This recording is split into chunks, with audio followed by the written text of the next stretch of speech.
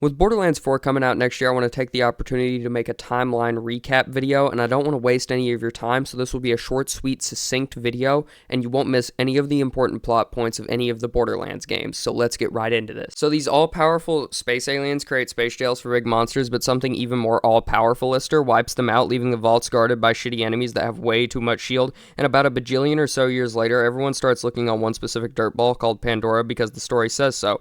After one of the big scary space companies says the planet isn't worth it anymore, they leave behind a bunch of ex-convicts they had working in the mines for them because slave labor is the best labor, and they also leave behind an autistic baddie who goes full-on schizo. 4 people looking for the space monster jail are told by a lady in their head what to do, and they listen without question because the sun has fried everyone's brains. That's also why people tolerate Lilith, but that's besides the point. The lady in their head tells them to gather pieces to a key, so they do, before a bad company and a bad woman can. They show up to the vault as the bad lady's opening the vault. The bad lady doesn't exist anymore. They kill the tentacle monster, and nobody's rewarded, but because the vault is open, the planet starts producing lean. And surprise, surprise, the lady in the head actually works for another evil space company who wanted the vault open, and then said space company gets attacked by the company who left the convicts on Pandora, and they want an average guy dead because they opened a gay space baby prison, and the gay space baby told them to. After a little totally unavoidable airlocking of space scientists and betrayal from Big Boss, the okay-looking guy decides he wants to meet the space baby, but gets a panini pressed to the face, delivered from the Queen Cunt of Fire, but not before he gets a prophecy injected into his head and makes himself handsome.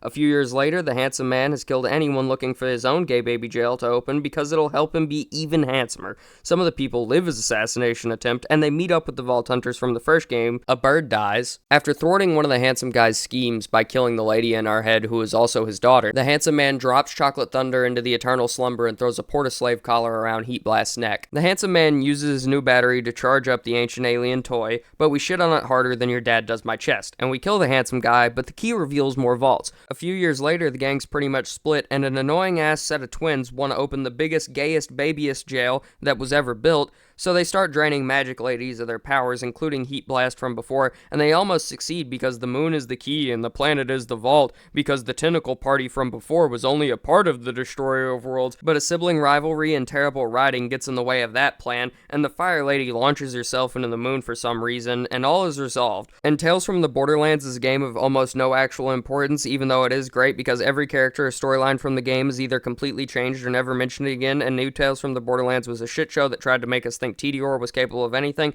and also introduced a no, this character isn't dead item into the universe, so it also sucks, and I hope it is of no importance. So that was the entire Borderlands timeline. I hope you guys enjoyed. I tried to make that as succinct as possible. If you think you could do it in a more timely manner, please tell me down in the comments. If you think there's anything I missed as well, or another game series you want me to do this on, go ahead, leave it down there. This is the first one of these videos I have made, and it was a lot of fun. Anyways, like, comment, subscribe. That's Patreon for a couple bucks a month. You really feel like supporting the channel. And also, special thanks to Krakenbender, our sole Patreon. I will see you guys in the next one.